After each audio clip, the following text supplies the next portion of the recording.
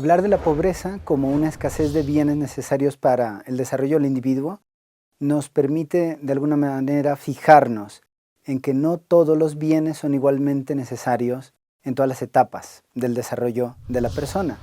En muchos lugares el gran problema es la escasez de bienes materiales y se sabe que sin un mínimo de bienestar las personas no pueden formar una familia, no pueden tampoco acceder a educación y por lo tanto esa pobreza material pues es la raíz de una pobreza racional, de una concepción de la vida. Pero al mismo tiempo sabemos que en sociedades ricas, desarrolladas, la pobreza verdadera no es material. De hecho, podríamos pensar que en muchas naciones la mayor parte de la población se ha desarrollado económicamente al punto que la verdadera pobreza es una falta de capacidad de relación dentro de la familia o con las personas de su entorno, y por lo tanto la verdadera pobreza es de autoestima, de respeto, de una apreciación de la mujer, y esa pobreza es una pobreza muy difícil de erradicar. Y para erradicar una verdadera pobreza racional, muchas veces es importante pensar el porqué de nuestra vida. La pandemia nos ha demostrado que la pobreza material es muy dura, porque muchas personas en países muy pobres han muerto, pero sobre todo nos ha demostrado que esa pobreza racional es lo que genera más miedo en el hombre. La vida biológica no es la única vida, sino que hay también una vida en la familia, una vida en la cultura, una vida en la sociedad que trasciende al hombre. Y por eso es importante superar una pobreza espiritual, un por qué vivir. A mí me parece que después de la pandemia volveremos a hablar ciertamente de desarrollo económico, pero nos vamos a plantear mucho esa idea de decir cuál es nuestra riqueza espiritual, cuál es nuestra riqueza racional. Y esto es un reto muy difícil de afrontar hoy, porque vivimos en lo urgente, pero la respuesta a lo urgente no está en lo inmediato. La respuesta a lo urgente está en la consideración de quiénes somos y qué buscamos. Hablar de pobreza como escasez de bienes nos lleva a pensar que nunca vamos a superar totalmente la escasez de bienes, porque la escasez de bienes también puede nacer de la libertad humana, y es posible que yo elija tener menos medios materiales para dedicar más tiempo a mis hijos, por ejemplo. Y eso significa que no gano más dinero, pero sí vivo con una conciencia como más centrada en lo que quiero, en lo que busco, en lo que soy. Al mismo tiempo también habrá personas que prefieran soportar la escasez de bienes racionales, por ejemplo, de una autoestima personal o de una educación personal, para darle más tiempo a sus hijos que lo necesitan más. Y por lo tanto hay personas muy sacrificadas en beneficio de otros. Y esto también hace que una escasez de bienes racionales me lleve a una riqueza de bienes espirituales, de bienes de otro tipo, que también satisfacen el corazón del hombre. Por lo tanto, nunca se va a dar una solución total a la escasez de bienes. Pero lo importante es que cada persona sepa cuáles son los bienes que busca y sacrifique de alguna manera otros bienes en beneficio de bienes superiores. La tarea de una empresa no es solamente la de crear riqueza económica, es ciertamente una gran tarea. Pero junto a la creación de riqueza económica, la empresa debe crear de alguna manera también una comunidad.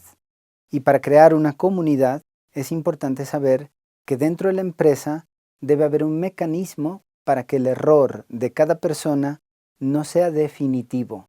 En una comunidad humana, como en una familia, como también en un grupo de amigos, un error no es definitivo. Un error puede cambiarse, hay perdón y hay maneras también de volver a empezar, de volver a aprender. En una empresa, por lo tanto, hay que generar riqueza racional, que es la apreciación de los talentos de los demás y el perdón de los errores de los demás. Y entre todos se consigue el objetivo común. Pero no solo es la generación de riqueza y la creación de una cierta riqueza racional, sino que hay un tercer paso: riqueza económica, riqueza racional, y pensar que si la empresa es una auténtica comunidad humana, la empresa resuelve el dilema de la propia existencia. Es decir, ¿yo por qué estoy en la tierra? Pues porque quiero servir. ¿A quién quiero servir? Pues a las personas que trabajan en mi empresa, que tienen familias a su vez. ¿A quién quiero servir? Pues a mis clientes, a quienes yo les presto un servicio verdadero, útil. ¿A quién quiero servir? Pues a mis hijos, a las personas que alrededor de esta riqueza que hemos creado adquieren valores y crecen. Y ese es, en el caso de un empresario, el dilema de su existencia. ¿Por qué existe un empresario? Pues para dar valor a los demás. Valor económico, valor racional de autoestima, de aprecio, y también un sentido de vida, un porqué, que es lo que se llama el propósito de la existencia. Muchas veces cuando hablamos sobre cómo involucrar a los empresarios en esa actividad de servicio, que es en el fondo una vocación, conviene recordar que al ser una vocación empresarial, significa un llamado por Dios, un llamado de la sociedad, un llamado de su misma familia a servir. Y por lo tanto es algo muy personal. Conviene, por tanto, detenerse en la vida de cada uno. Hay empresarios que viven porque su padre creó la empresa y ellos, por querer a su padre, pues siguen adelante con el negocio. Hay empresarios que es por su condición de vida, que han visto las necesidades de los agricultores y han decidido emprender proyectos agrícolas. Pero tiene que ser una respuesta de un porqué mío, personal. A mí siempre me ha gustado mucho la historia que cuenta el rabino de Londres, que falleció hace poco, Lord Jonathan Sacks, cuando una vez encontró a un joven que tendría unos 50 años. Y este joven de 50 años le explicó que cuando él era un muchacho, a los 19 años, emprendió una vuelta alrededor del mundo en su velero, como hacía la gente de alguna manera acaudalada allí en el Reino Unido. Y este joven se detuvo en India con su velero y encontró un niño pequeño, muy pobre, y que le tocó el corazón. Y este niño pequeño se le acercó y el joven inglés le preguntó, ¿qué quieres que te dé? Y el niño le dijo, yo quiero un lápiz, porque tengo una tarea que terminar. Y el inglés le dijo, no has entendido lo que te estoy preguntando, yo te puedo dar todo lo que quieras. Y el niño lo miró y le dijo, yo quiero un lápiz, porque es lo que necesito para terminar mi tarea. Lo golpeó tanto este evento a este joven inglés que 30 años más tarde, cuando estaba con el rabino de Londres, había creado 300 escuelas para niños pobres en el mundo, especialmente en la India. Y era una historia de vida, un porqué. Cada empresario debe preguntarse sobre su porqué, porque habrá un día en que se despierte y se pregunte si todo lo que ha hecho ha valido la pena. La pobreza es un tema apasionante porque nos habla de nuestra concepción de la riqueza. Y la pobreza, por tanto, tiene también una narrativa. ¿Quién es el pobre? Alguien que ha tenido mala suerte en la vida y por lo tanto ha nacido en una familia llena de violencia, donde no ha recibido educación, donde no ha tenido seguridad para trabajar, para emprender. O el pobre es una persona perezosa, desentendida, desenfadada. Si la narrativa de la pobreza es que el pobre es pobre porque quiere ser pobre, esto no genera ningún tipo de compasión.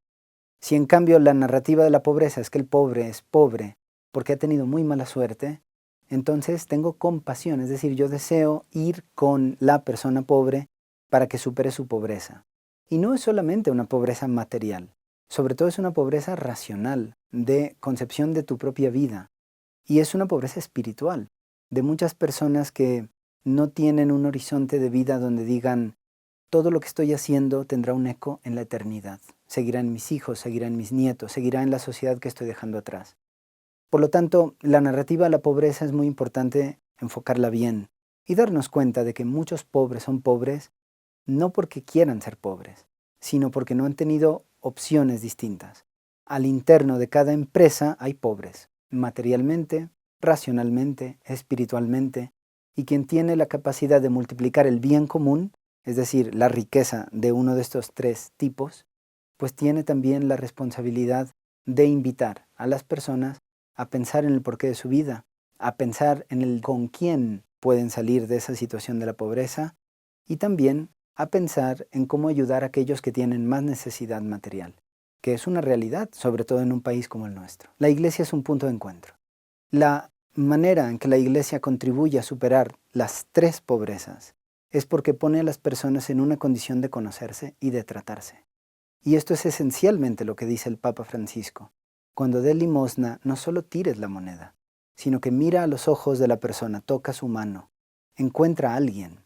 La iglesia no está para resolver problemas económicos o sociales o políticos. Eso es tarea de los gobernantes, de los empresarios y de quien tiene responsabilidad en la sociedad. Pero la iglesia puede poner juntas personas de mentalidades diferentes y de ambientes distintos.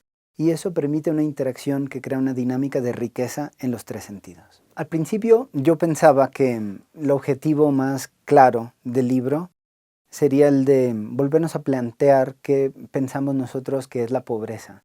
De alguna manera redefinir el concepto y aplicar una pequeña solución personal, una decisión.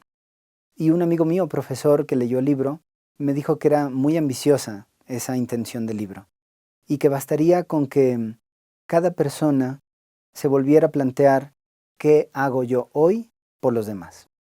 Y finalmente, si el libro ayuda a pensar que cada encuentro con una persona es un encuentro que enriquece, y por lo tanto también con una persona que tiene algún tipo de pobreza, espiritual, racional o material, es un encuentro que enriquece, me parece que podríamos enriquecernos mutuamente.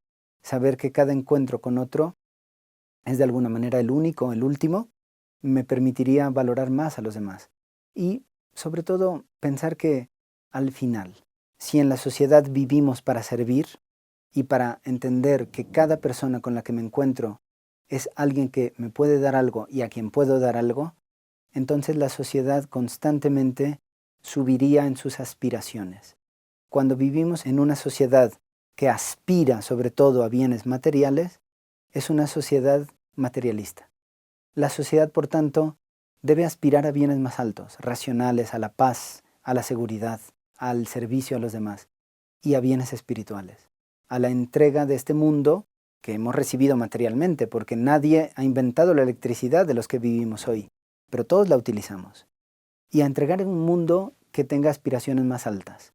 Esto es lo que ha hecho la poesía, la filosofía, el arte, la escultura, y tenemos que mantener esas aspiraciones más elevadas, porque esto es lo que nos permitirá salir luego de otros problemas sociales, políticos, económicos en los que estamos. Esta es nuestra tarea para sus hijos, para las generaciones futuras. IPADE. The World Calls.